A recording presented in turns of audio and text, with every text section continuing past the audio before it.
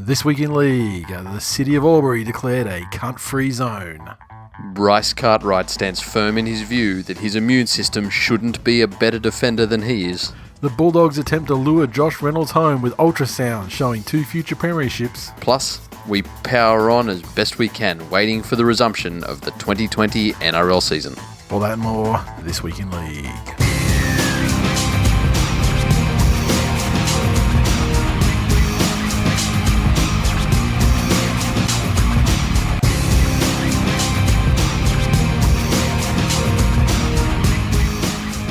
Welcome to episode 349 of This Week in League. I'm Nate. And I'm Jay.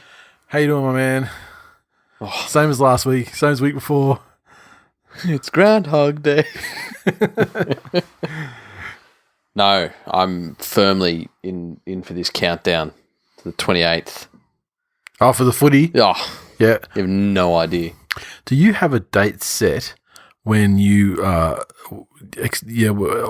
at least a planned proposed date when people can go back in the office? No. Not anything at all. No. So what are you doing in there? No idea. So it's just like until further notice. Until further notice. And so they could say on a Friday, they could say, okay, we're back in on Monday. Yeah. Or you got to be longer lead. I think we'll have some notice. Yeah. And B, I think companies, especially bigger companies, will have a fairly risk-adverse view for opening back up, especially since that would mean doing things like forcing a lot of people back onto public transport. Yeah. I've been hearing third party all week about a CEO that's trying to force things, in a certain way, and a general manager here who has written who has written confirmation that they agreed that no one would go back in there until at least the 31st of July. Yep. And Yep. Yeah, and so there's that's a secondhand battle I'm hearing every fucking day. Far out. Yeah. And Morty back at school next week though. 11th, yeah? Yet to be seen. Okay. So, but the school is like preppies go back on the 11th, right? Yeah, because we're out of the public system, we're in the George Pell fan club. Yeah, which is part of same as ours, like the independent schools, Queensland or whatever it is. No, it's just firmly the fucking fucking black cross on your forehead diocese. Yeah, but I mean, they still they got the religious affiliation as well. But those ones come under it's like ours. They come under which basically means Department of Education and your independent schools. That's and it. Then Each school can do what they want. Yeah. And it will depend firmly because they've got 2 classes. Yeah. They're looking at doing the kids of parents who are struggling, or who need to work or can't work or on casual work. How many kids are there at the minute?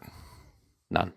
0? I would assume 0, maybe 1 or 2. And That's I'm only crazy. assuming that because I haven't been there. We did a little joke. Aren't you on the Facebook groups or the parents update thingies and? Oh yeah, I am, but I mean, I look at them.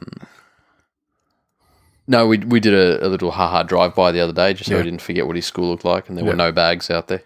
Yeah. So. Well, they just leave them out the front on the footpath. No. Sorry, I should explain that. You can see his classroom from the driveway into the school. And they leave their school bags outside. I reckon ours is, I don't know because I haven't been down that way for fucking nearly, you could almost say months. Yeah. It's like almost closer to 2 months than one.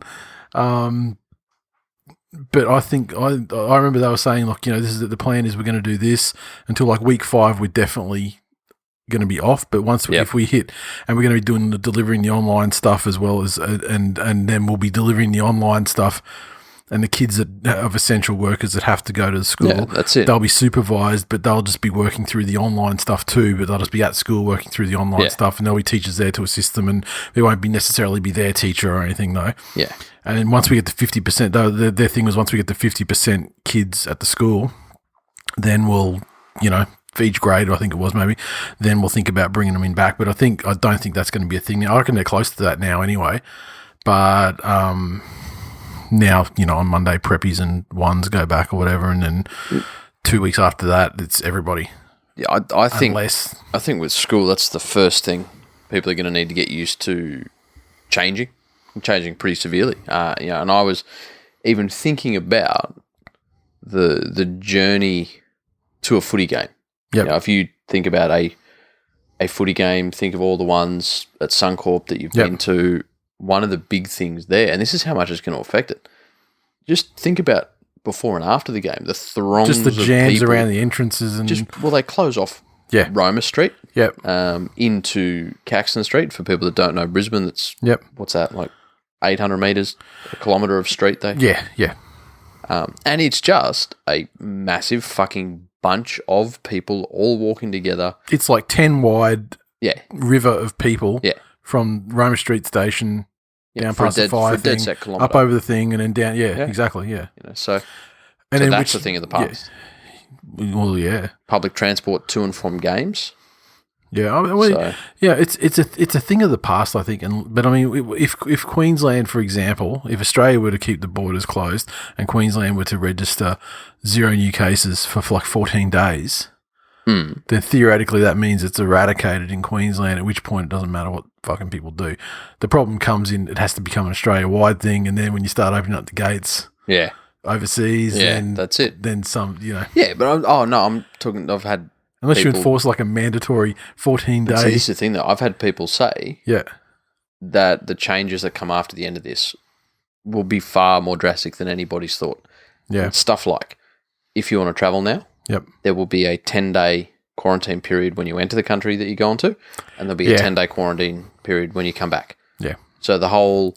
Well, you can't have a 2-week holiday because there's 4-day holiday, right? Like, I mean, because 10 days, yeah. That's it. It pretty much kills the whole, let's duck over to Bali for 4 days. Yeah, it's not a bad thing. Take a long weekend. No, it's not.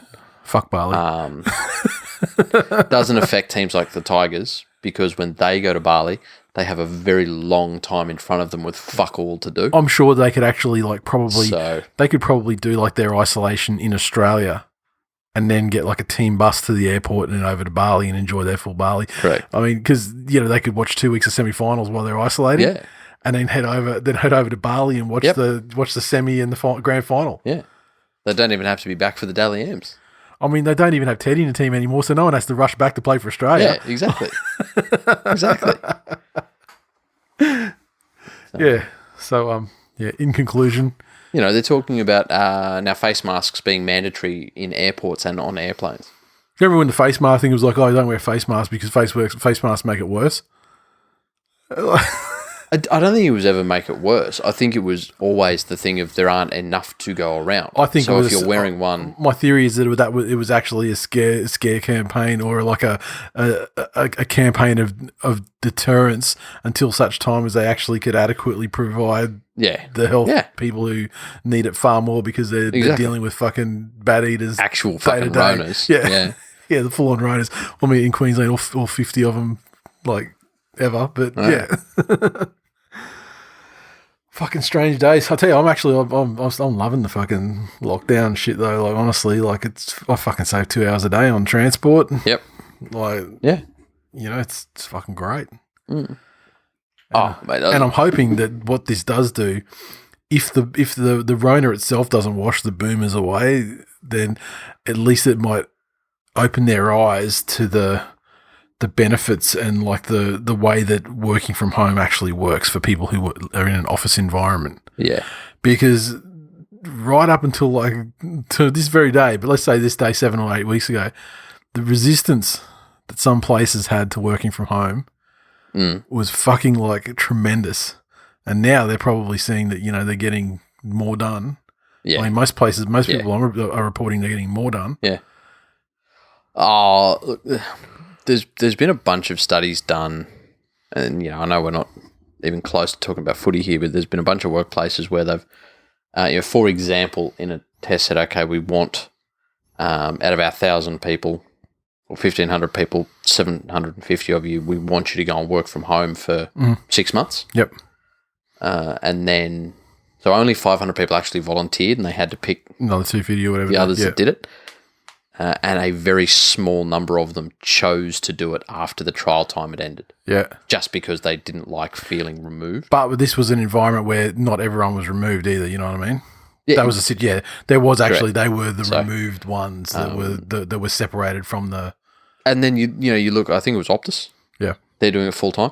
So they're not going to have call centers based in the Philippines. Yep. They'll have people domestically, but not in an office. Yeah. So that's their cost trade-off. Yeah, and I mean, I know places like Amy and that do it as well. Like, you sort of have like induction for like a number of weeks or something, and then you're actually just set up at your place. Yeah. And you've got your 8-hour shift that starts like fucking whenever, because they probably run 24-hour or like, late night, like maybe till 9 o'clock or something.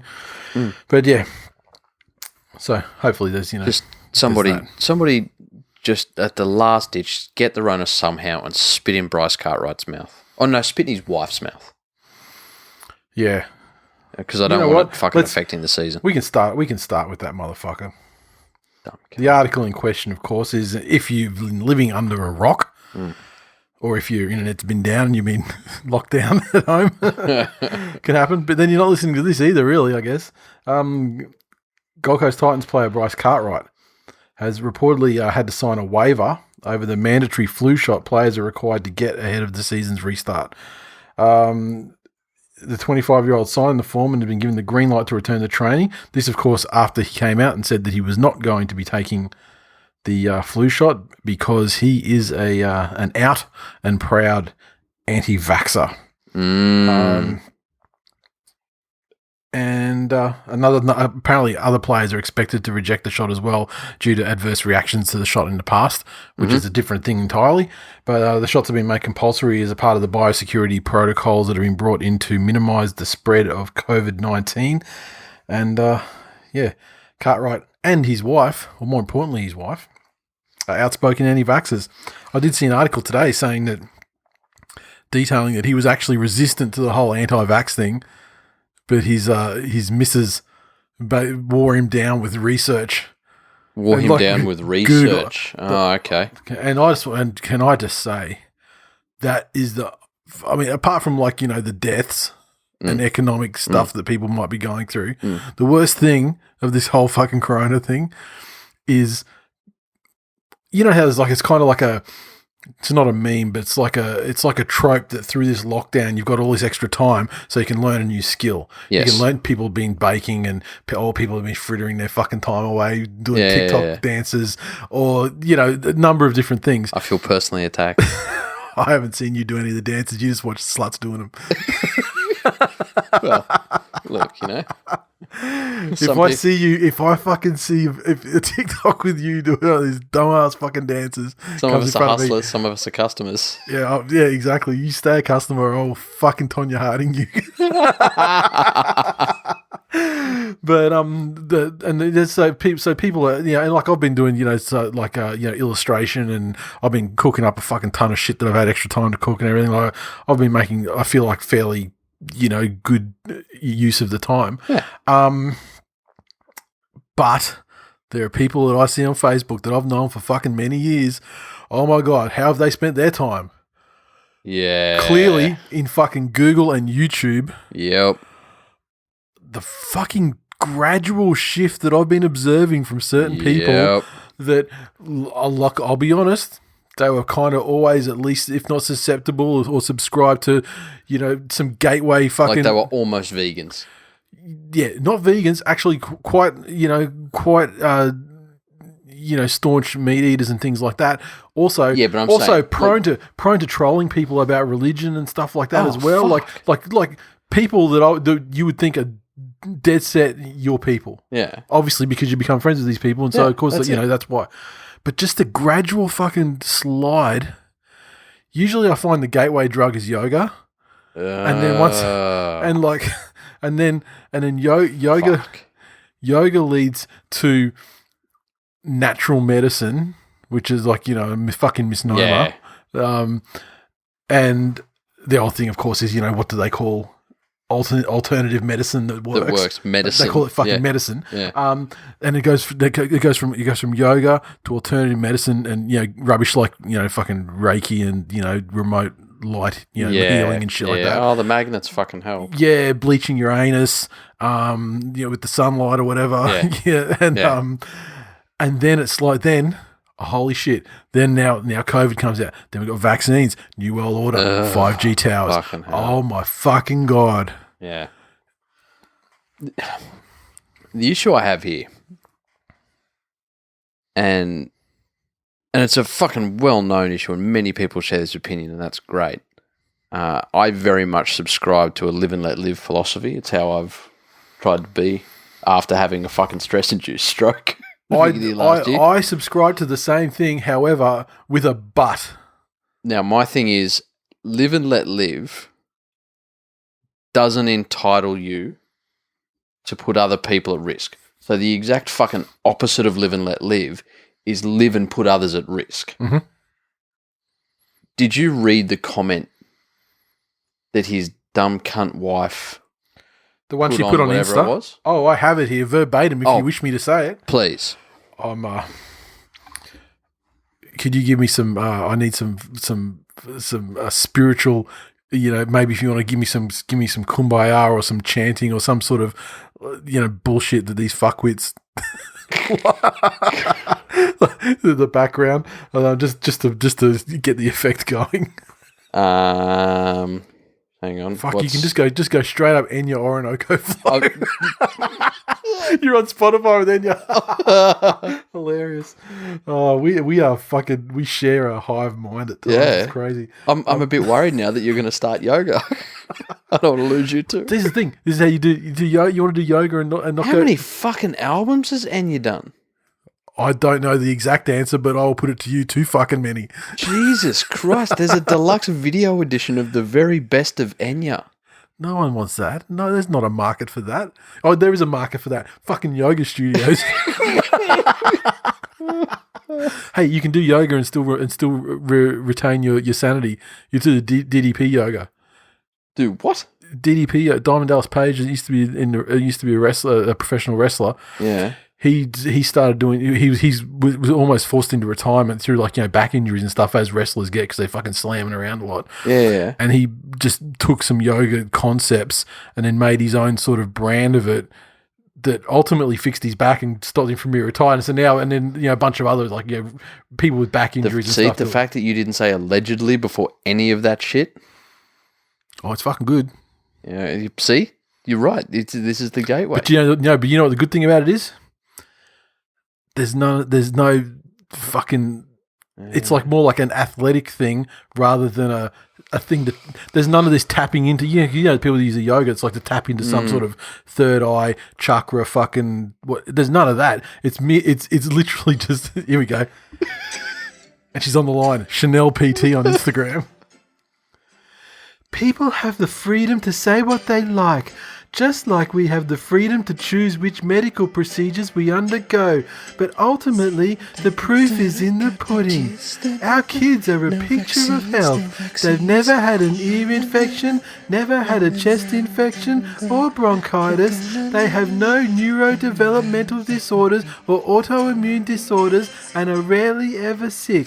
They've never had a round of antibiotics or any other pharmaceutical drug for that matter. Yes, including Panadol. As parents, we do our best with what we know. For some, health comes in a needle, and it works for them. What we're doing is going seemingly well, seeing the state of their health. So if it's not clear, we're not anti-anything. We stand for medical freedom and the right to choose. Anyway, that's my piece. Stay gravy, peeps. Drink some bleach. Yeah, so okay, let's start picking this apart. Okay. Based on her example, yes. I've had unprotected sex. Mm-hmm. And I don't have HIV. Correct. You are. That means it's impossible to catch HIV through unprotected sex. Well, given her example, her logic. Because she has a child who hasn't had crippling fucking diseases and infections. Do you know why? Because the vast majority of people vaccinate their fucking kids And the whole theory behind vaccines is that if all these kids are vaccinated, it's called herd immunity, and it's why it fucking works, is that if there are fewer people to pass it along, then all of these fucking illnesses don't get a foothold in the community. So if, someone they don't get a prolonged life. Well, that's it. If someone has fucking whatever it is, whooping cough, yep, right, and they're treated in a hospital, it means that all the people that are around them are vaccinated, so they don't get whooping cough and pass it on to every other fucking person they come into contact with, who eventually pass it on to your kid. And then, and so, if at its peak effectiveness, correct, it dies with the either death or curing of the person, that person in hospital. Now, here's the thing: does it go the other way? If she can choose what she does, could she say that? Well, you know what? I want to feed my child alcohol. I want to feed my child a bottle of fucking bourbon every night before it goes to bed because I believe that has medicinal properties and I'm in control of what goes into my child's body. Or is that fucking child endangerment? And I drink alcohol. Yeah. And it hasn't caused me any developmental issues. I mean, well, arguably, given the Instagram account, but... But the thing is, all the research is done. Now, one of the things I try and do is I always leave myself open to new information. So, if she's done this research and she has actually done it, as in she has gone and performed decades of academic research. Or can produce said research. I don't expect her to do it herself, but I mean, and if there's... And can cite sources and can actually cite academic, scientifically sound studies. And not mention... at any stage, Andrew fucking Wakefield or anything he ever did. I don't even know who that is, and I don't want to. I feel that I would be stupider for knowing who it is. He is a disgraced. Is he the guy that doctor did the autism? That did the autism thing? Yeah, there you go. He's the if that guy had never fucking done what he did, there would be. I don't think there would be anti-vax. Like I get the anti-vax movement from parents with children, and I didn't. But I recently heard something, and it gave me a new way to look at it, and I now have more empathy for them. And it was a story done. Fuck, I wish I could remember what podcast this was on. But there was a doctor and had a patient in his waiting room, was there to get vaccinated. Yep. Young child, like sort of, I think at the 2 or 3 year old mark, whenever it is they do it in America. And they were running late. Yeah. And they've gone out and said, look, I'm terribly sorry. We're running late. We'll be 15 minutes past your appointment time. Just hang out there, right? Okay, no worries at all. The doctor goes out to go, okay, thank you, sorry, it was actually 20 minutes. Your turn now. Let's go in. As he walks over, the child has a seizure. Okay. Right? Turns out that this child has this horrific neurological disorder. Okay. And tragically, 3 years later dies. Okay. Now, if not for the fact that he was running late, that series of events go to the doctor, get a vaccination, kid gets a neurological thing that kills him in 3 years. Immediately has a seizure. Yeah. And then in 3 years, that parent for the rest of their lives is a militant anti-vaxxer, and there is nothing anyone can do that can convince them otherwise. I get that. Yeah. Like, I get that emotional side of it. But Miss fucking privileged wag live on the Gold Coast and fucking fortunately enough to be somewhere where you can say dumb shit without much repercussion. Fuck off. By just the fact that you are married to an arguably first grade quality player, that you get a fucking platform for this. Get the fuck out, because it's not about you. You can do whatever you want with you. You can fucking smoke meth and stick a cactus up your cunt for all I care. But you are endangering the lives of children, and you're endangering the lives of fucking vulnerable people in your community. Those people who can't that's not a freedom of fucking anything issue. You know what I mean? It's like, it's science. You know what? I think, you said that like that sort of scenario that you broke down where that kid with the seizure, I think the whole thing that got her started down this path is one day she looked in the fucking mirror when she was trying to take a selfie for her fucking IG, and she realized, holy fuck, when I was a child, my parents didn't give me the vaccine that stopped my fucking eyes from being too close together. Dead set fucking crab looking bitch. Get the fuck out of here. Fuck you and your fucking non-tackling bitch ass motherfucker. Next. Yes. Fuck Channel 9.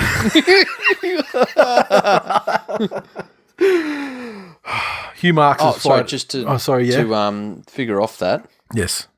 Canberra, you absolute fucking pathetic shit cunt club.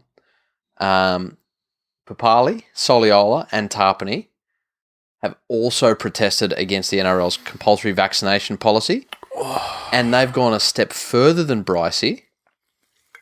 They have refused to sign the unmodified waiver that would have allowed them to train. So what are the grounds for them not signing the waiver? Do you know? Is there a quote from any of them? The 3 Raiders players modified the waiver by crossing out a line in the document they signed on Tuesday. Which the line was? Don't know. Motherfucker, that's much needed context. They crossed out wording. The crossed out wording relates to players accepting they are at greater risk of contracting influenza by not receiving the injection. Jesus fucking Christ. Again, I don't understand. You can't argue with the fucking numbers. Here are the people who are vaccinated, and here are the people who got the flu after being vaccinated, compared to the sample group of the people that didn't get vaccinated. A greater number of them got the flu. Yes.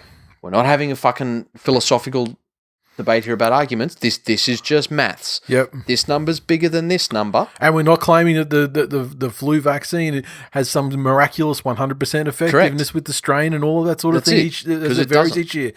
We're just saying more than other. Yeah. You know, really that number is, this number's bigger than this number. Why are they so? I don't understand. I mean, they're signing a waiver anyway.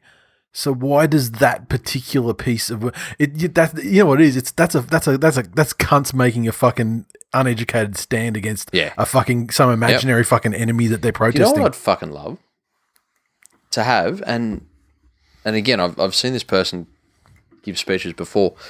There are a bunch of people who have come into Australia, and Jesus Christ, if anybody fucking knows anyone about this, put them in touch with me. And I'll fucking broadcast this shit. But there are people who have come as refugees or close to it from particularly African countries that have had polio go through where they used to live. That understand what a polio epidemic does. What a dead disease in as far as what we're concerned over here. That's it. You know, and this, it didn't die here by chance. No. And it didn't die here because, you know, God loves white people in Australia. Although they probably believe that too. Yeah, not fucking... Yeah. Except for, of course, the prayer circles that we're talking about here that with the waivers. Yeah. I wonder how much of an input that is. Yeah, correlation is not causality, but, you know. Yeah, I wonder. Well, you know what? Let's see what happens in Parramatta. If it walks like a duck and quacks when you fuck it. It's a thought. What? Like, Jesus fucking Christ. And look, you know, maybe it's a case of first world problems, but this is the biggest issue that the game's had this week. Yeah, but we do have more in terms of fuck Channel 9. Nice. Hugh Marks has fired another salvo at the NRL, saying it's not a given the league is part of the network's future.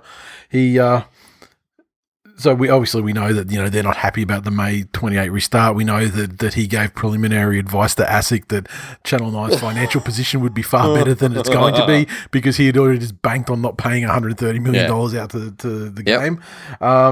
He's saying we have to be hard. We have agreed to nothing this year. This is during a conference hosted by Macquarie Bank. There is no agreement on value or for how long. It is not a given that the NRL has to be part of our future. It has to pay its way like all our content does. And if it doesn't, well, again, we are less reliant on that as a revenue source. But he also confirmed their interest in acquiring the NRL's digital hub. Yeah, that's it. Like, we don't need that. It's fucking shit. Really, do we want it? Is it returning any value to us? Oh, no, we really want the fucking digital hub. And let me tell you, there was no question about the sustainability of Channel 9's business and their relationship with the NRL prior to this once in history, or once in 100 years event. But this is the thing. How has Corona affected a broadcaster? Why are we not here? And, I haven't looked into this. It may have in ways I can't think of. I expect it's just a simple matter of it's affecting businesses, therefore it's probably affecting advertising revenue. It's probably taking a certain chunk out of people who are prepared to advertise on a network. Yeah. And the networks, obviously, they purchase content and broadcast it and sell ads in the breaks, and that's what makes them a business. Yep. Exactly. So, taking away their, like we fucking said 1,000 times, their 3 or 4 of their top 5 telecasts every year, removing those, of course that's going to have a fucking... It's akin to, the Last Dance documentary's on at the moment. Yeah. It would be akin at the end of 93 to say, well, okay, after 93, let's get rid of Jordan, Pippen and Phil Jackson. Yeah, but according to that documentary, Jerry Krause was always trying to get rid of Pippen from the sounds of it. Or at least not pay him. And it makes me sad. You do get into this fucking thought bubble. Yeah. An echo chamber, if you will, where you think that, well, it's fucking common sense. You can see it. Most of the people that you interact with can see it. Mm-hmm. Surely the rest of the world can see it, or the rest of the fucking thing. Then I'm reminded of things like, you look at the listenership of this show. Yep. Then the percentage of that listenership that's on social media talking about the footy. Yep. It's a fucking small percentage. Oh, it's a drop in it. Yeah, exactly. And at the end of the day, that's the shitty thing about being involved in something that you're so passionate about.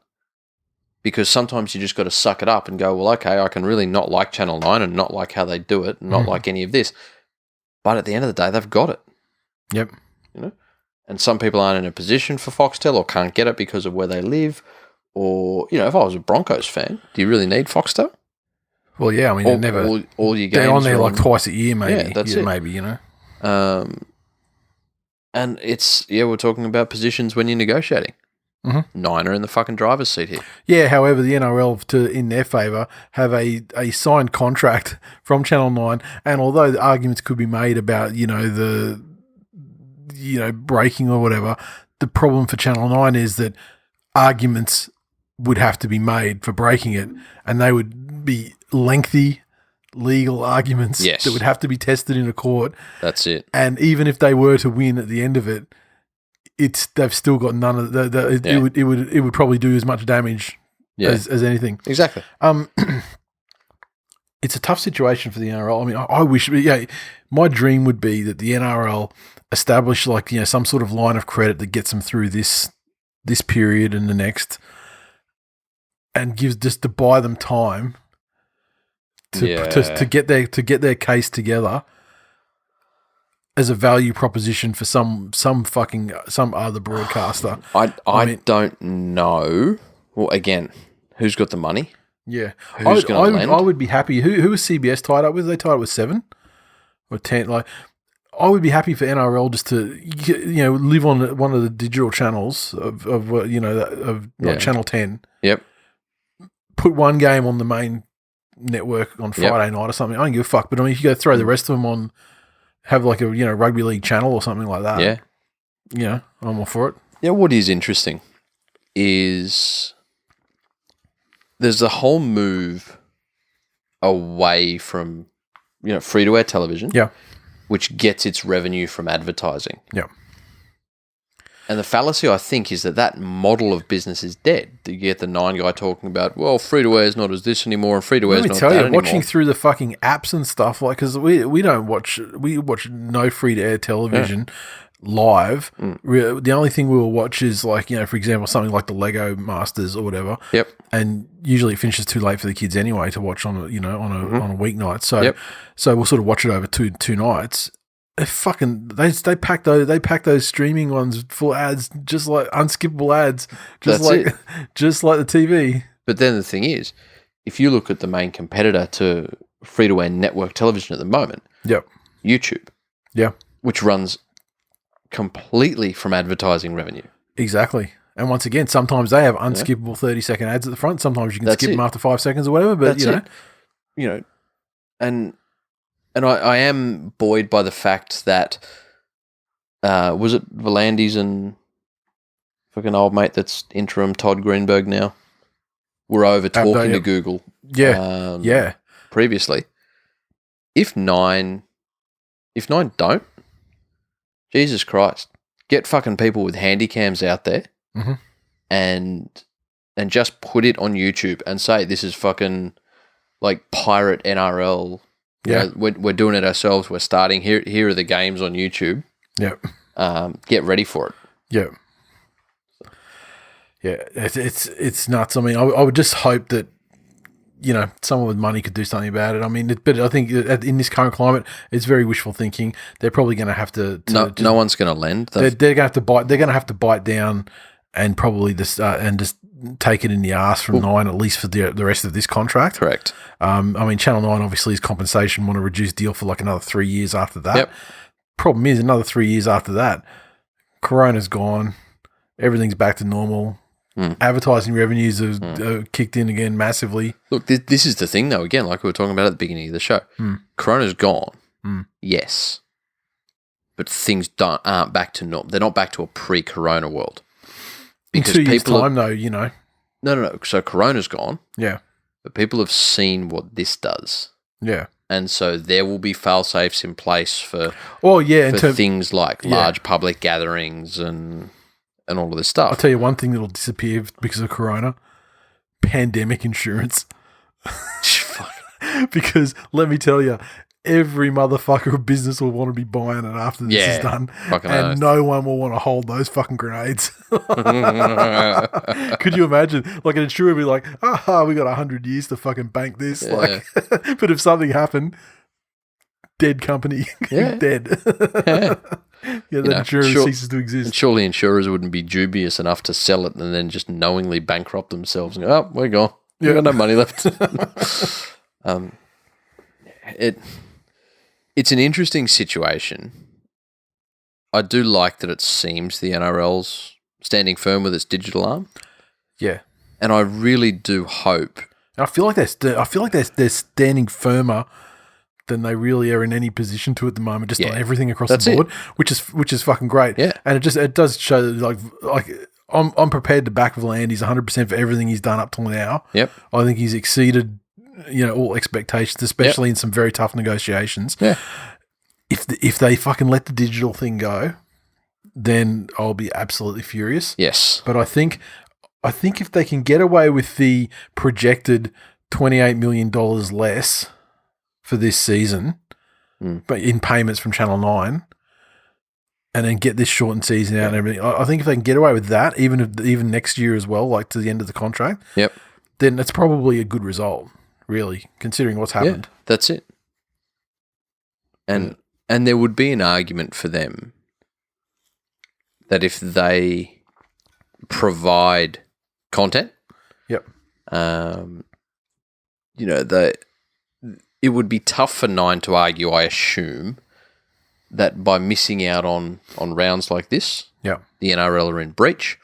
When the NRL has quite clearly and publicly done everything in its power to resume and to providing the contracted service. And also when, presuming that the news reports are correct about the negotiations, I mean, obviously they're slanted, but I feel like there's certain things that are probably we could accept as facts. Yep. And one of those facts is that the NRL are like, fucking, we'll play till Christmas and do like the full 24 rounds of finals. That's it. But it's 9 that wanted 15 and Foxtel that wanted 17 or something like that. Cricket.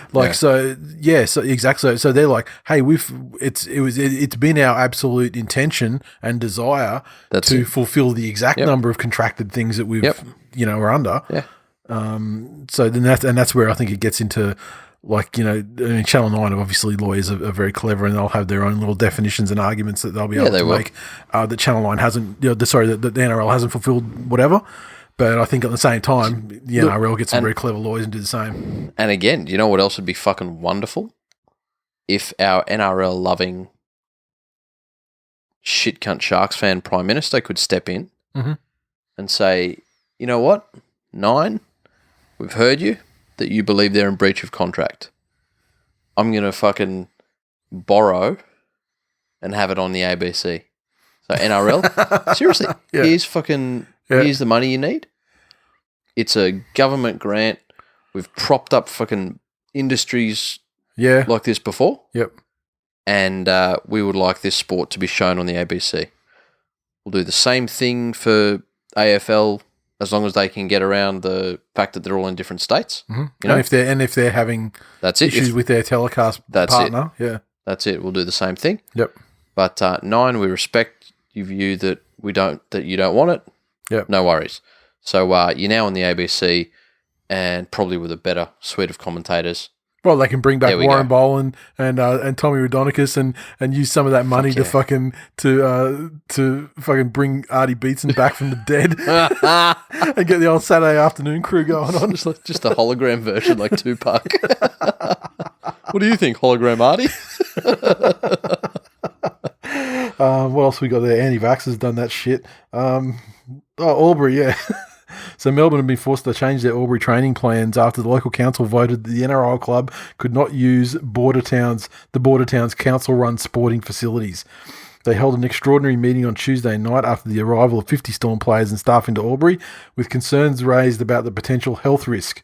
They passed a motion that council facilities, including the home of the local rugby league club Greenfields Park, should not be made available to the Storm in a vote of 5-4. Mm-hmm. So now they're basically moving to Albury Sports Ground, which is the home of the local AFL club, which is privately owned. There you go. This to me just sounds like a fairly shrewd political move. You know, when's the next fucking local election in Albury? Yeah, that's it. No idea. The local council has just gone, no, look, we didn't want anyone from the big city coming here to do this and bring their big city diseases and all of this. We put a motion in place. Well, we've done all we can. Can't stop them from, Yep, done everything in our power. That's it. It's out of our hands now that it's a privately run place. And that's it. And look, voters, we agree with you. Cam Smith is a cunt. Yes. We did our best. Yes. What else we got there? That's it. That's all I've got. Do you have any other news things that you want to bring up this week? Not so much news.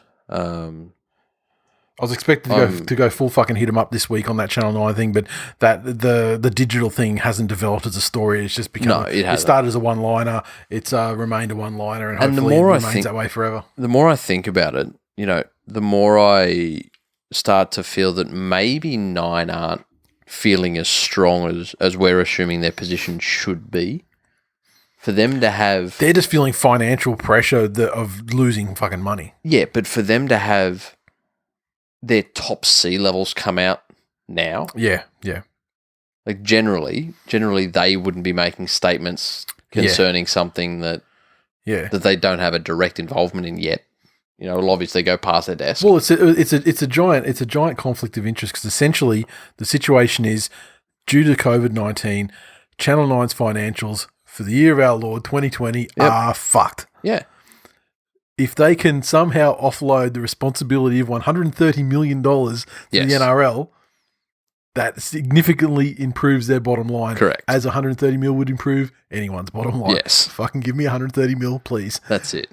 But if they, through their media arms, can talk down the NRL or perhaps derail the NRL coming back, then it decreases the value of the NRL and it makes it, and so therefore it either makes it easy. They could either use their media pressure to force them to not be able to return, which I feel they've failed on. We'd hope, or force the NRL into a position where there's perceived as less value that they can then use to leverage to get that 130 turned into 110. Yep, which is what they're trying to, to do, or the 100 and what? That's it. I can't remember how much they wanted to get. 28 off, isn't it? At the end of the day, this is where the NRL's caught between a rock and a hard place. Yep. And it doesn't help that the fuckhead RLPA and dickheads like Cam Smith, who are showing their true colours as firmly being in this end of his career for a payday. Yes. Like he gives no shits about anything else to do with the game or anybody else associated with it. And I think and I think it's not just the money. I think it's the fact that he's also achieved the number of games. Like he's going to have an unassailable number of games to be the top person there. Unassailable, whatever fucking accolades he's got. So now it's just like he doesn't. He does care about money. He doesn't even give a fuck about like legacy or anything like that, because that's in terms of like statistically and in the record books that exists there and can't be rubbed away. No matter how much a cunt he is. But again, and it's I'm aware I keep bringing up fucking basketball examples lately. Fuck, it's been fun to get back into that. But I wish there's that whole that thing. I've lived in the fucking like 88, 89, 90, 91, 92, like that era when the Pistons were fucking chopping people. So fucking good. So fucking good. But you look at the record books. Yeah. And Karl Malone was a better player than Michael Jordan. Yeah, based on statistics. Just numbers. Yeah. So I think that'll be Cam Smith's downfall. Yep. Is that he'll be firmly remembered as an absolute grub piece of shit. Well, look, in this day and age, like right now, today, one of the things that drives me fucking crazy about this whole lockdown thing on the rugby league side is just endless fucking lists of this and the best that and the top that, and then they've done that. They've done every list known to man. So then it has to be like the forwards and the fucking locks. So it has to be the halfbacks, and then it has to be but of the NRL era of the. And I mean, but fucking Jesus Christ, I don't like lists anyway. But I mean, this is like fucking Listapalooza, and it's just gone way too far. That's it. But in that scenario though, when they talk about the greatest players, I almost forgot my point for a moment. But when they talk about the list of the greatest players. Despite all of those statistics and everything like that, even right now, as he still plays and is top of mind, and he's still not fucking in the top 3 that people put down on their lists. Yeah, no, not at all. And that's now. People are going to forget. But the thing is, this is where the NRL needs to do a spotless job of communicating with players, but also doing it in as much part as they can publicly. Yeah. Because the thing that the big winner here, the big determining vote is going to be public sentiment in a lot of these cases. And that means that if the NRL can sit down with the RLPA and whatever fucking players and say, righto, so we got this much for this year. Fuck everything else you heard about this much over this many years and all this stuff. We were owed this much for this year. We took this much of it and gave an equal amount to each of the clubs. Yep. And that left this much for us to run head office. Yep. If you want to go through it, we will show you exactly what we've paid everybody from this person down to this person down to the fucking cleaning contract for the people that will come in and clean the offices. Right? That money's gone to head office. You need that to run a business. None of your fucking business, but in the spirit of full transparency and everything, that's it. We're not siphoning money away or going on fucking jaunts to Majorca or, Thailand to fuck Jeffries for a week. That'd be pretty inexpensive, though. I mean, that's cheaper than going to the Super Bowl.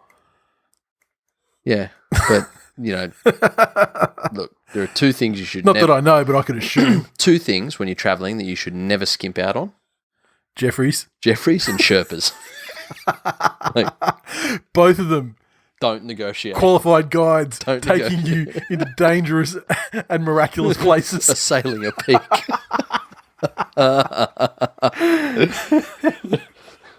You might see some dead bodies on your way and need oxygen. But they need to do it in a way where they say, now this is what we were going to get. 9 have come back and they have said that because we're only going to be doing this, this is how much they will give us. That means out of this head office money, these people have all lost their jobs. There you go. They're now on Centrelink or they're getting whatever. It also means that this much we were going to give to all the clubs is reduced by this much. What would you like us to do here, players? That's the pie. Oh, no, you shouldn't have. No. We don't have a time machine. We can't go and not give fucking Cam's wife a $15,000 ring. Okay? Believe me, we wish we could. So what are we doing now? Yeah. And the players, there is no other answer than, okay, well, it's a percentage decrease or now repeat. Now, this is your chance. Tell me that you understand what we've just broken down to you in black and white fucking ink on the paper in front of you. You understand? So Furthermore, based on our mutual understanding of how we're going forward, there wouldn't be any need for someone to then go to the fucking newspaper and start gobbing off about dumb fucking pay shit. Yeah. Would there? And we're happy to publish that on our site. We'll publish that on NRL.com. Yep. That we've spoken to the players and they understand the position we're in and they're with the game. And what they need to do, they need to say, listen, Clint, you fucking, you're Hawkins vagina fearing fucking bitch. you cuck. Listen, RLPA is your fucking responsibility. Be responsible. Yeah, keep your fucking players in Reinforce what we've all agreed and know to be true in black and white. Reinforce it to your fucking charges. Yeah. And tell them to shut the fuck up. And by the way, Clint, what pay cut are you taking? Yeah. Yeah. You know? Yeah, again, they're rocking a hard place, but there is a way through it, but it needs to be spotlessly done. It needs to be publicly done, and the numbers need to be clear to the players. And remember, the media on two fronts are your enemy. Yes. They're looking for someone to fucking gob off about this shit. Yeah. An active player to gob off about this shit. I mean, God, they can always flush Gordy whenever they need to hear the fucking the water trickling. That's it. But they're your enemy. They want the negative thing, and so I mean, the real rock and hard place for NRL as they move through this new shortened season is you kind of need the media because you want the excitement and you want things to be pumped up. But at the same time, fuck, I'd love if they just locked it to NRL.com. Yeah, NRL.com, or you know what wouldn't be the worst thing in the world if who does the Channel 7 sports up here? I have no fucking idea. Give them an exclusive or two. Yeah. Yep. Just and not in a sneaky way. Throw them a couple of interviews they wouldn't have got otherwise. Yeah. And then maybe the other media days are just done kind of like they do the media days on the Wednesday mornings or whatever it was back when football was a thing that happened in real life, when they'd have just, it'd be like 2 players turn or 3 players turn that week, and they'd front up in like in the press conferencing after training or whatever. And then, you're in a controlled situation, and if there's a journalist and wants to be a funny cunt and try and stir the shit, go on, get the fuck out. You're not invited to the next one, mate. Yep, exactly. The page from the old Wayne Bennett school of the page from the fucking AFL school book of the way that they absolutely cut those journalists down there into line. That's what they probably need to do. And again, for all its failings, there's a sport that understands its place in the world, and that understands that people will want to read about the sport, and will hopefully very quickly realise if everyone else has interviews with players and talking about games, and you're writing puff pieces because you're not in the room. Yeah. Yeah. Speaking of AFL, did you see that fucking situation with that guy? I think he was a coach. Yes. Yes, I did. I mean, we've got fucking over here. We've got Latrell Mitchell's been off footy, was underdone at the start of the season, and he's been off footy for 2 months, so he's looking a bit fucking puffed at training. Yeah. In the first training session for 2 months. Yep. That's what we've got over here. That's the news of the day. Let's blow that up into a terrible fucking thing.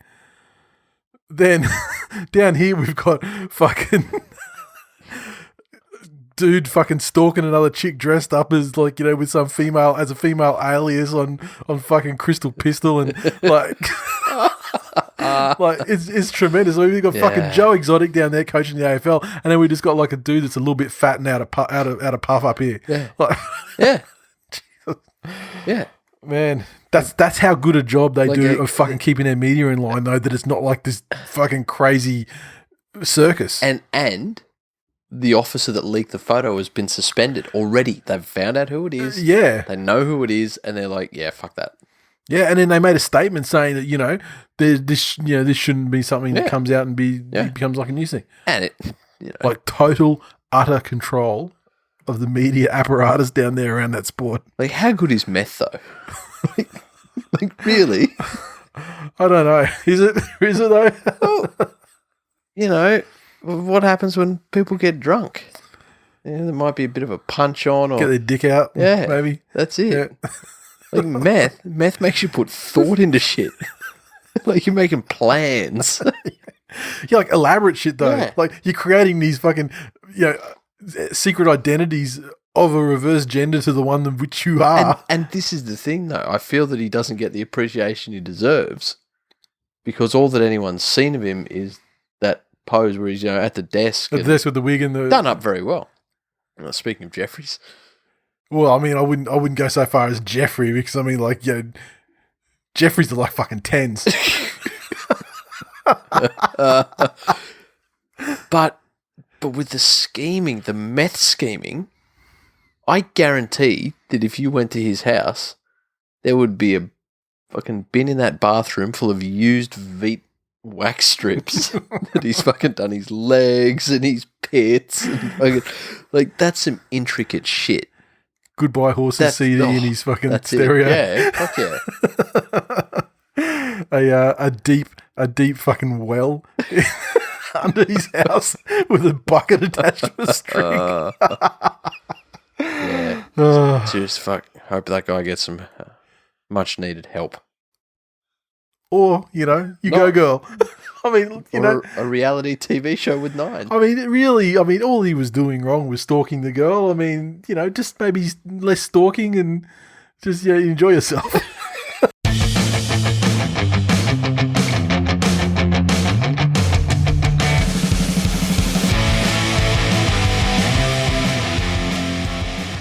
Recaps for round 8. It was Magic Weekend. Can you fucking believe it?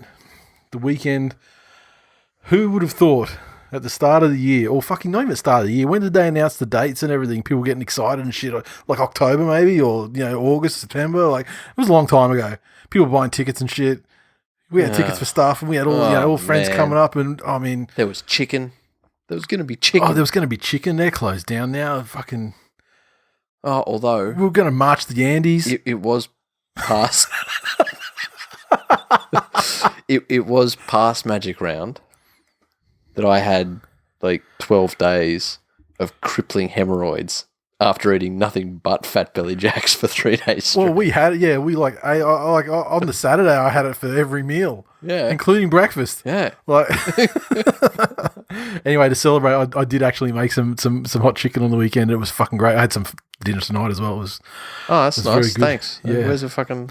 It's not perfect yet. It's pretty fucking good. But when I perfect it, I think I know what I need to do to perfect it. What is it about me that makes you think I demand perfection and that my standards aren't in the fucking gutter? Yeah, that's true. But next time it's going to be even better. So within the next 2 weeks, I reckon I'll probably crack it out again. And it's pretty good. I tell you, although I did make it, and like the initial heat that it was set at was like the really fucking hot level. Yeah, really. Like it was fun, and then I was almost like my chest was hot all night, and I was like, I can't go to bed. I don't know if I'm gonna like fucking like get heartburn and shit if I lay down like this. And so I stayed up and watched the Jordans for a couple of hours, and I went to bed about midnight, and it was fine. And it was the next day, fine, perfectly fine. So tonight, anyway, I backed it off like a third of the cayenne pepper. And it was still pretty fucking hot, but it dissipated faster though. So I think I need to, put some more sugar in it or something just to like offset just to make it more like a day-to-day heat rather than a fuck yourself up with like 3 pints of beer heat. But it was good. It was very good. The recaps this week from the Twitch games: the Tigers 12 defeated the Sharks 0. Oh. Benji was another man of the match. I swear he's fucking looking at the Dalian medal if we keep playing it out in the game all year long, because every Tigers game that they win, he's a man of the match. And this, really? And this game was no exception. He scored a try again. He's on about a try a game pace, and he does some other huge thing like a 40-20 or a big break or shit that turns the game as well. He's on fire. The mighty Manly Seagulls 18 defeated the Broncos 0, which sounds like a big win, and it was, but until about the 65th minute it was 0-0. It was fucking stress city, and then after the first try, then the Manly just fucking smashed them. Have you had a game with Manly in it where you haven't been Manly yet? No, I have not, and I will not. Okay. That's my one concession that I have. The Rabbitohs 30 defeated the Knights 4. Ooh. It was looking like at halftime. It was looking like the first chance we've had to score 40 points in a game. How's the Latrell going at fullback? Well, yeah, not really. He's in the centres, isn't he? Okay, fair enough. you know, people can say what they fucking like about super coaches and this and that, but fucking Alex Johnson's a fullback of that side. Let me tell you. And that's why they're travelling so well. The Knights, they were down 30-0 with 20 minutes to go, and I was like, this is a good chance. We could even nudge 50 here. Fucking Kalen Ponga scored the only points, and it was a good try too. Flat track bully. Yeah. And then it was basically just, it was all Knights after that, and they only conceded that one try, but it did cut the 50 down, so it turned it only to 34 win. The Raiders won to feed the Bulldogs 0 in extra point, in golden point extra time. It was a dour encounter. The Bulldogs really have got less than little going for them, let me say. The Cowboys 13 upset the Roosters 6.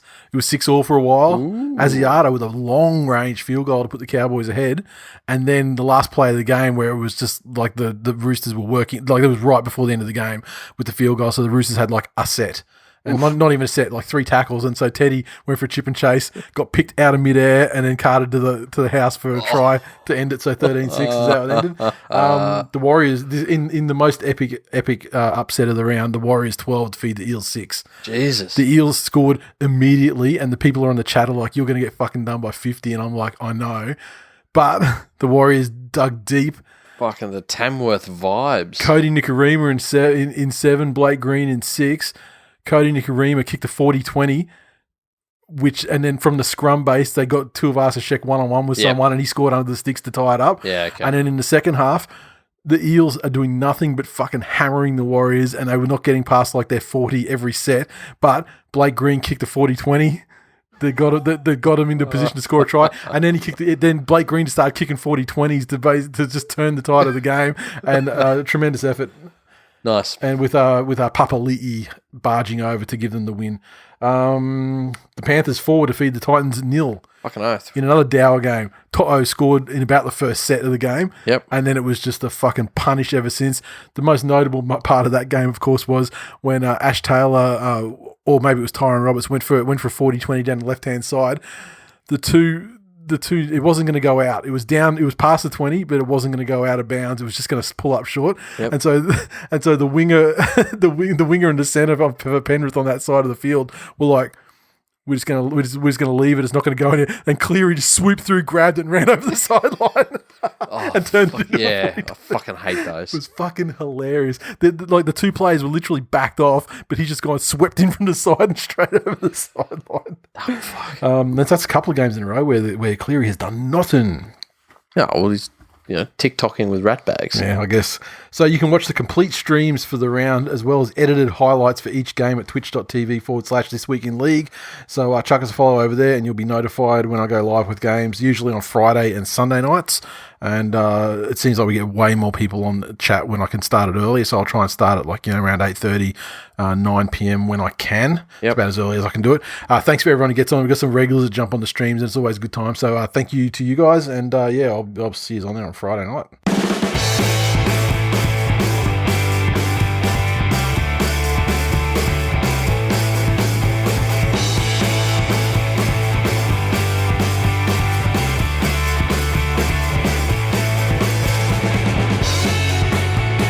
Mailbag. This week, I've got one here from Chapo.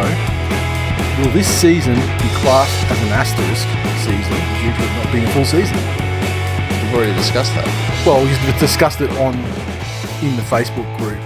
Yeah, so I thought I'd bring it out to the... No, we did it on an episode. Really? Yeah. The answer's no. It's not an asterisk. We've had 2 rounds. We're getting like 20. Yeah, so that's it. It's close enough. Yeah. Sure, there's probably, we're going to get the same dance around 7, 8, 9, 10 Yep. as we do in a normal year. This season probably will be tougher than any others. So, in saying that, it's the reverse of an asterisk round. In that... It's going to be a true triumph of conditioning coaching, I think, because correct. The teams that are going to make the finals... It's going to be a combination of the teams that did well before Rona hit. Yep. But then it's also going to be a case of the teams that are competitive out the gate immediately. Because with 2 months without contact and things like that, teams that don't have coaches with great systems and structures in place are going to take a lot longer to ramp up to the point. They may take another 4 weeks, in the round 4 of the new competition before they even, start to sort of approach what, their best, so. And the other thing that's going to need to be very carefully managed is emotional and psychological energy. And by that I mean that these guys, they're footy players. And they know, and for all of their careers, or their professional careers at least, that they go back to preseason training on, this day. Yep. And then they have this long into a preseason, and then they get into, and they've got 25 rounds, semi-finals. They've got a roadmap for how that looks. This is unexplored territory. Yep. You don't want your teams to get the emotional yips, where they're just so overcome, or they're happy to be back, or they're excited and they can't contain that.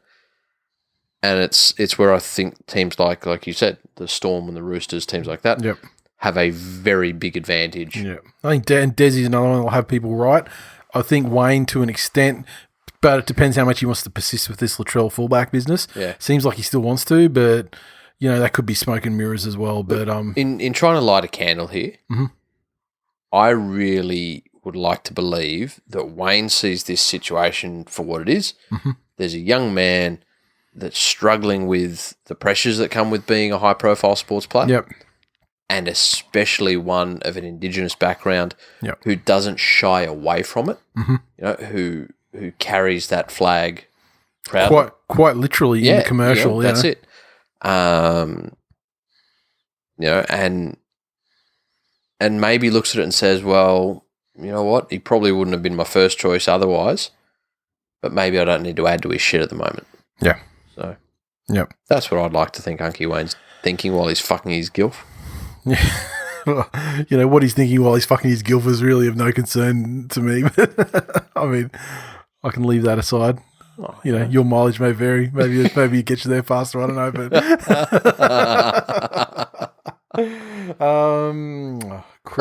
Chris says the worst game you ever attended. I'll give you mine. Broncos versus Penrith at QE2 in the year 2000. Broncos flogged us 48-6. Such a shitty place to watch footy, and it was even worse when your team's getting smashed. Yeah, I'm really good. I'm really good at fucking repressing the bad things in my life down and just pushing them aside into this part of me that's probably going to manifest as cancer. But you wake up one day, you're left nuts like a watermelon. That's where it's been going. That was a 2007 grand final. The worst game. So I guess the way I'm going to take this is like the most unpleasant, like not the poorest quality. But I don't have any specific memories, but I definitely agree with you. Every Northern Eagles or Manly game I watched in that QE2 era of the Broncos, and I lived at Mount Gravatt at the time, so we could almost walk to the games. It's just a short bus ride from home. So it was super convenient. So it was great. I'd go down there and I'd take father-in-law down there who was a Broncos supporter and stuff. And man, sitting in that cavernous fucking outdoor cunt of an arena in winter when it was fucking concrete step seats. It was cold and it wasn't like the Super League days. In the Super League days, like the Broncos would get fucking, they get 70,000 to a game of St. George or just after Super League finished. Yep. But in that sort of era, this was not that sort of era. And there was no cunt there. Yeah. Maybe there was 20,000 in a fucking 80,000 seat thing. It doesn't show up as anything. It's like when you watch a fucking Bulldogs game now when they're at ANZ. And they didn't have the fucking crowd control facilities to say, well, okay, everyone's sitting there. Yeah, yeah. And also, I mean, it was of a similar size to ANZ for capacity, I think. But it wasn't as modern. It was ANZ had the huge oval where people would sit and everything, but it kind of felt like it was built in. Yep. Where QE2 felt like it was just rickety, you could see under the seats. Yeah. Was there was no wall behind you could see under the seats. It was fucking. It was just flimsier sort of a step above a fucking high school grandstand. Yeah, yeah, and Manly copped some fucking ass whippings back in the days there, just it was just pre Desmond, getting things going again. Yeah, mine again. It's not like there've been some fucking rough games. Yeah. Like there have been some rough patches, but I think the one that hurt me most was the 2004 qualifying final. Mm-hmm. We were beaten by the Bulldogs Mm-hmm. because I remember watching it at Mr. Wars' then girlfriend's house. Oh, so okay, this is not one you've attended though. No. Okay. But it's just I like all of these fucking emotions in me. In that the other one of our mates that was there was a fucking mad keen Bulldogs fan. Yeah. And one of those fans that's just such a nice person. Yeah. That you can't... You can't begrudge him his moment. Yeah. That's it. But the thing is that Wars was giving me enough shit that I wanted to fucking punch someone and I couldn't take it out on the Dogs fan that had just beaten us. So it was, it was emotionally confusing. Yeah.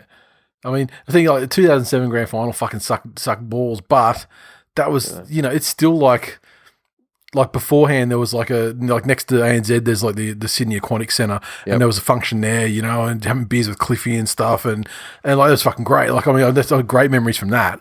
It's just, the game sucked. But I remember afterwards I tried to fight every fucking Storm supporter I could find. And look, here's the thing. Down the track from that 2004 game. Yeah. It's, on my side of things, it's the Yuri of Cleary, and on their side of things, they're looking at Josh Reynolds to be their fucking saviour. Yep. So, levels. Catfish. Catfish Reynolds. Why has that become his nickname? Really? Probably because it's extremely hurtful to him, I guess, but,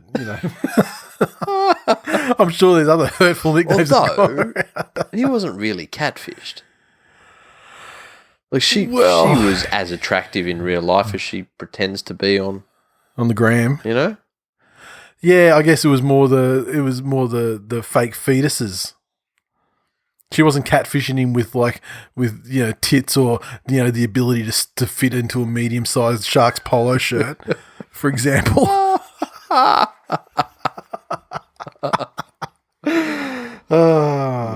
Sam says, "What's Jay's favourite movie?" What's my favourite movie? Yeah.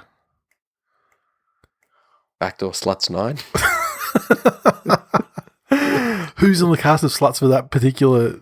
I don't know, but that's a deep cut because that's actually the movie from an episode of South Park, where the boys think that they have a copy of Lord of the Rings. Actually, I've seen that, but it's actually a copy of Backdoor Sluts 9. I think movies are a complete and utter waste of fucking time, and you get all you need from the small screen these days.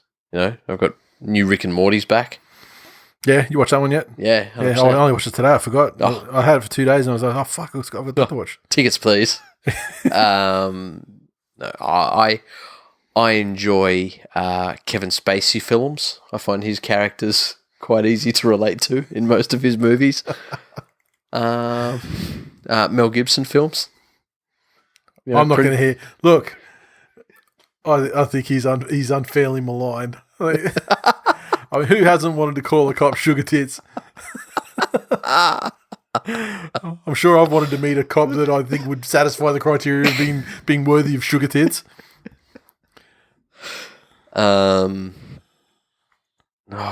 Look, I enjoyed the Star Wars films. You probably enjoyed the first half of American History X.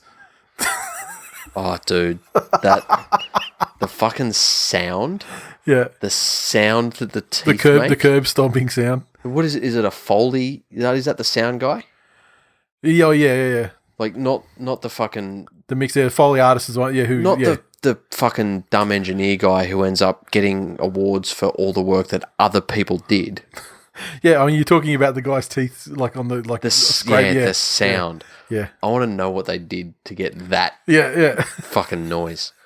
What What other films do I like? Yeah, again, that's not a film. The Sopranos is a great TV show. Yep. I'm a simple man. I don't need the big screen and all of its, Hollywood jam their agenda down your throat. Illuminati bullshit. Oh God! Just give me the small screen, good stories, great actors, time travel, Quantum Leap. That was another great show. you know exactly what I'm thinking about right now, right? That's it.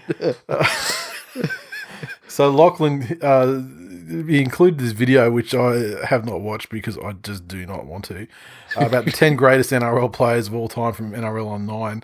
And you very presciently said, if you can type them out, we'll discuss them.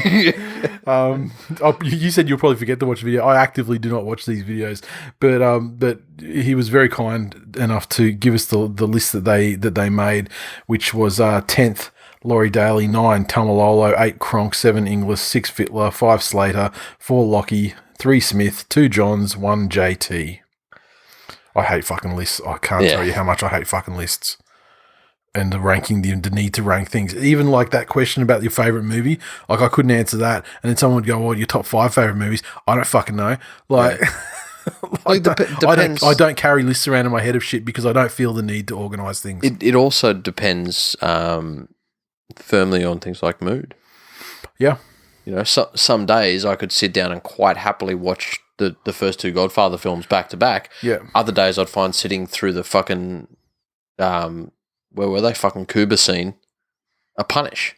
Just that fucking 20 minutes. Yeah. So horses for courses. The issue I have with all of these lists is that NRL lends itself to having such a wide range of athletes. Yeah. You got people ranging from your small crafty players right up to your big demolition wrecking balls. And it's so hard to quantify what are the criteria? What are the criteria that Yeah. you use to compare the JTs with each other? Yeah, that's it.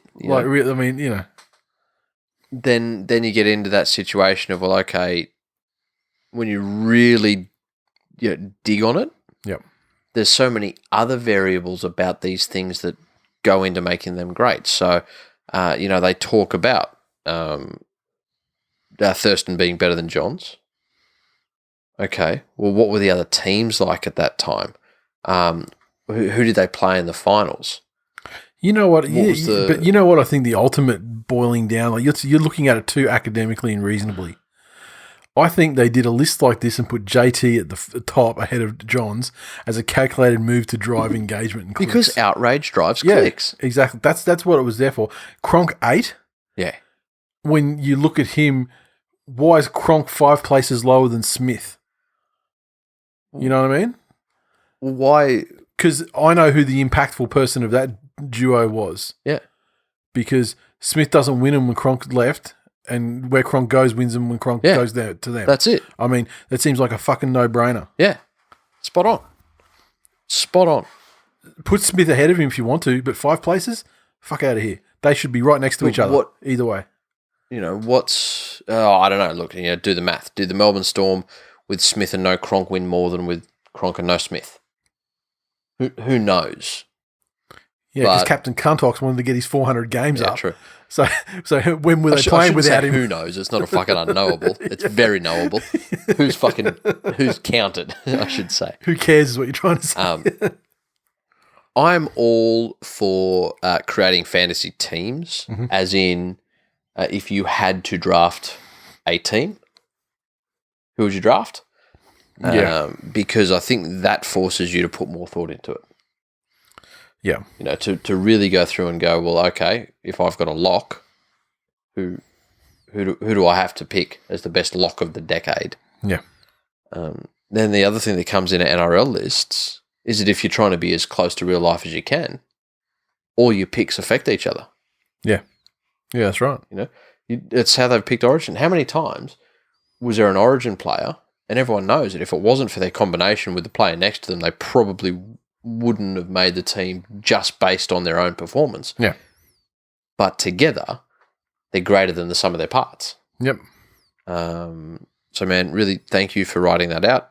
I agree 100% with Nate in that I'd say Fox has done that just to drive outrage. And just 9, sorry. There was NRL on 9. Oh, sorry, 9. But yeah, Fox has done enough of these fucking lists. And also, it's not hard to take advantage of the Queensland versus New South Wales thing. Yeah. Because realistically, it probably would go Johns. For me, I'd put Cronk ahead of Thurston as well. Yeah, I mean, I'd probably put Lockyer ahead of Thurston. I mean,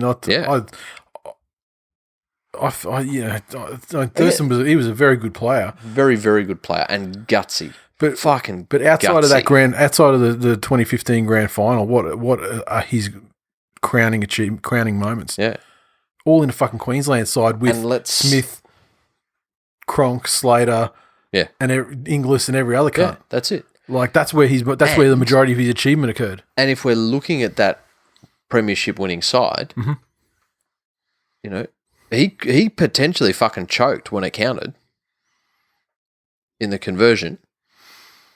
Yeah. I mean, it was like the sideline as it gets. I mean, fucking, come on. I know.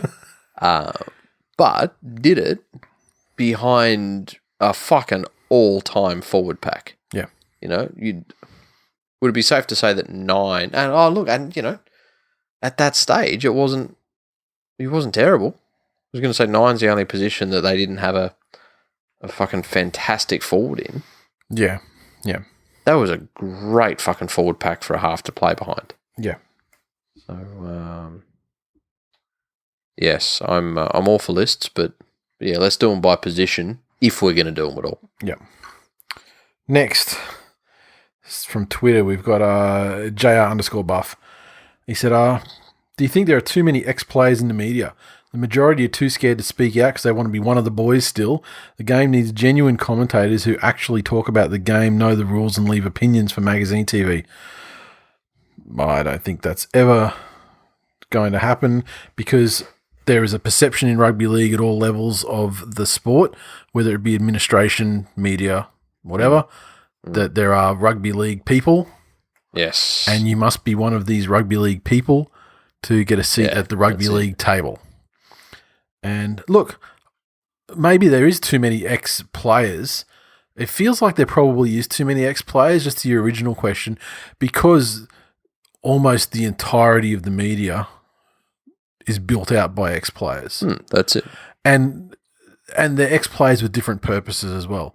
Like you get ones, like when you get Cronk on a fucking thing talking about the game, it's great. Yeah. Because he knows it back to front.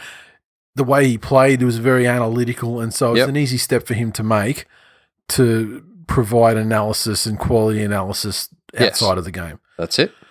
But then, you know, you get like Hindy and Fletcher. Like fucking Brian Fletcher, I feel like he has done so much damage to his legacy on the field by the fucking jokey comedy character that he's now become. Yes. Motherfuckers forget how great he was for New South Wales and shit, man. Like he was the shit back then. Yeah.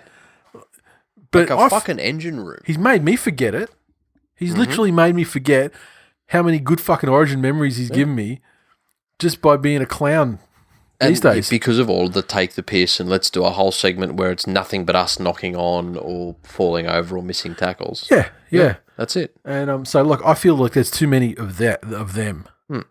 I don't think that a comedy subgenre needs to be something that's necessary in rugby league television. Yeah. I'm happy for people to have a lighthearted look at things and, you know, where they can go off their nut with an opinion or they, you know, and they can have heated debates and, you know, they can laugh at a funny thing that happened through the week or something. But to have like these people that seem to be just designated like Matty Johns and stuff, like Matty Johns is way too good at broadcasting in general. Like he's definitely got the abilities, like a talented personality. Yes. That he doesn't have to be just the fucking comedy guy. No. You know what I mean? And his shows don't have to be the comedy shows. Yeah. He's a personable fucking guy who can speak well and obviously knows the game, has had a great career, and is like he's just a good on-camera personality. Yes. That I don't think he has to be, the comedy guy. And I don't think that genre of show even really needs to fucking exist, to be honest. So, like, yeah, getting rid of all that sort of shit and just having guys like Matty Johns who can be funny and crack a joke if they need to, if the situation calls for it, but it's not a comedy, centric thing. Yeah. Think back to the glory days of commentators. I'm talking about your Darryl Eastlake days. Huge. He wasn't an ex-player. Yeah. He may have played. But I would be happy with a team of, you'd have a commentator and you'd have a professional broadcaster and a color guy who is perhaps an ex-player who that's it. Can speak well on the game. Yeah. And you know what? Unfortunately, I don't think Freddie and Joey are really those guys either, to be honest. It's like your Cronks. I'd love Cronk. I love Joey when he talks about Matt Elliott. There's another guy on the radio who's fucking great. And talking about the game. When he had his show where he'd do the pause and the this and the running plays and that was great. But yeah, the whole issue of ex-players, I think they need to open up the scope.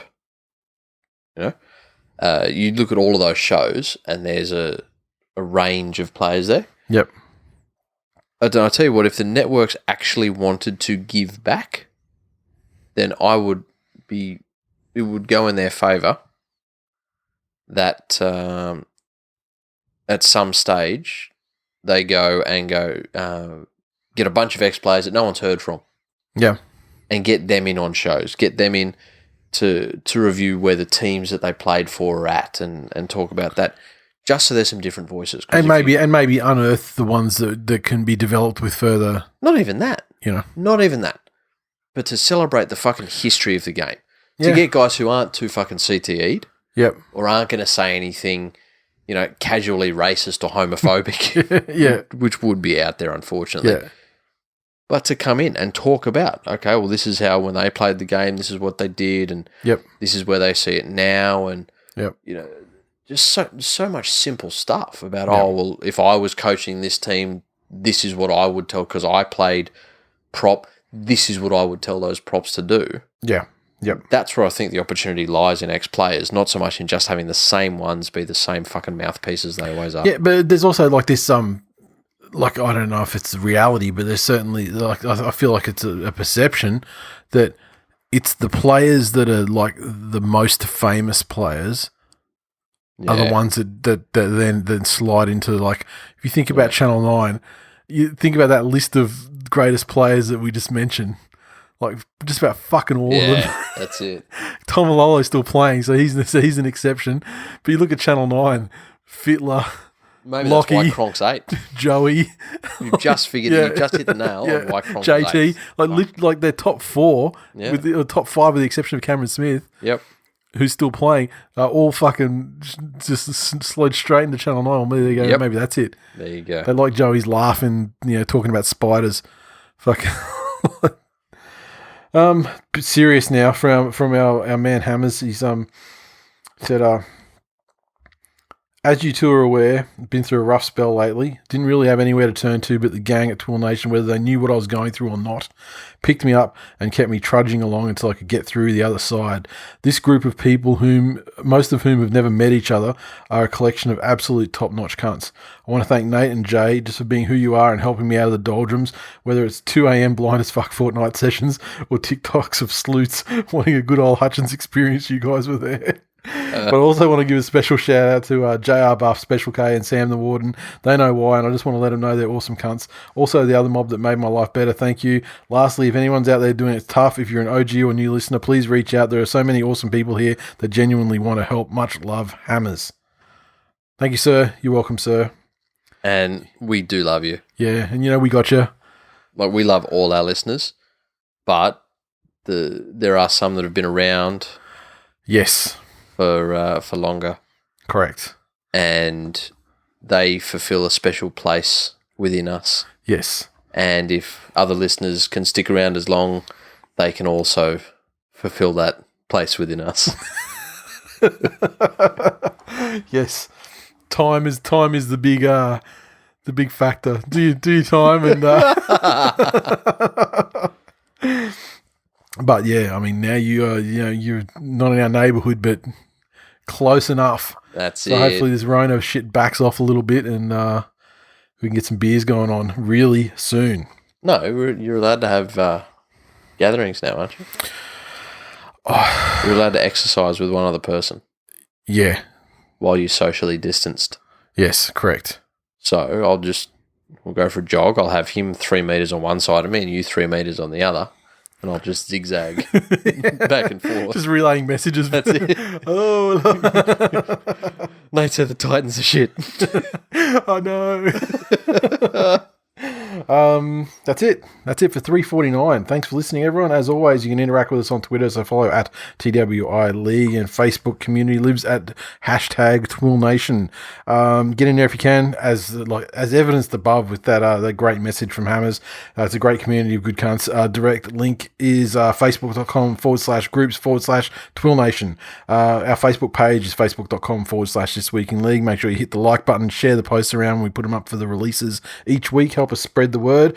And if you would like to support the show, make sure you drop us a rating and a review on Apple Podcasts and anywhere else that takes reviews for the shit you listen to. And if you want to go the extra mile, digital memberships are still available and can be picked up at any time for only $3.99 per month. That's it. Next week is the 350. Haven't given it any thought because of this Rona shit. What are the protocols on tree fitty jokes? Well, I was talking about it with the Loch Ness Monster. I tell you, I didn't give him no tree fitty. The Loch Ness Monster knocked on my door and said I owned a 350. So yeah, I guess there's no restriction, no limitation on Loch Ness Monster 350 jokes. So I'll tell you, we'll have a segment at the end of the show if we remember, where people can send in tweets or voice recordings of saying congratulations for tree fitty. Yes, I'll tell you what I'll do for the Facebook people. I'll fucking dig into Skype and see if I can figure out the voicemail thing. Or fucking we'll probably be able to do it by some other mechanism anyway. Yeah, but then we'll just release that as the episode. We won't have to do shit. It's like one of those clip shows where you remember the episode where we said this. Except it'll be just the entire thing will just be about tree fitty. Oh, rest in peace, Chef. You What's crazy real dad doing? doing? He came down for 300. Yeah, well, I mean, if he's not going to come down for he's not going to come down for tree fitty, if he's not up in the Woomba cutting eye holes into fucking sheets, we should be able to Skype his fucking thumb into it. It's us and Skype. We'll be okay with that because Microsoft's owned by. Is Skype owned by Microsoft? Yes. Yeah, good, because then they're all white guys, so he's okay with using them. Oh, okay. Yeah. Well, he's also okay with using coloured people too, but that's a different kind. Yeah. Okay. So I'll tell you what. We'll figure out. We'll over through the week. We'll figure out the technical ability for people to drop messages off, and for the episode, and we'll try and get Real Dad in for it, and that'll be it. On that note, see you next week. For tree fitty. Tree fitty.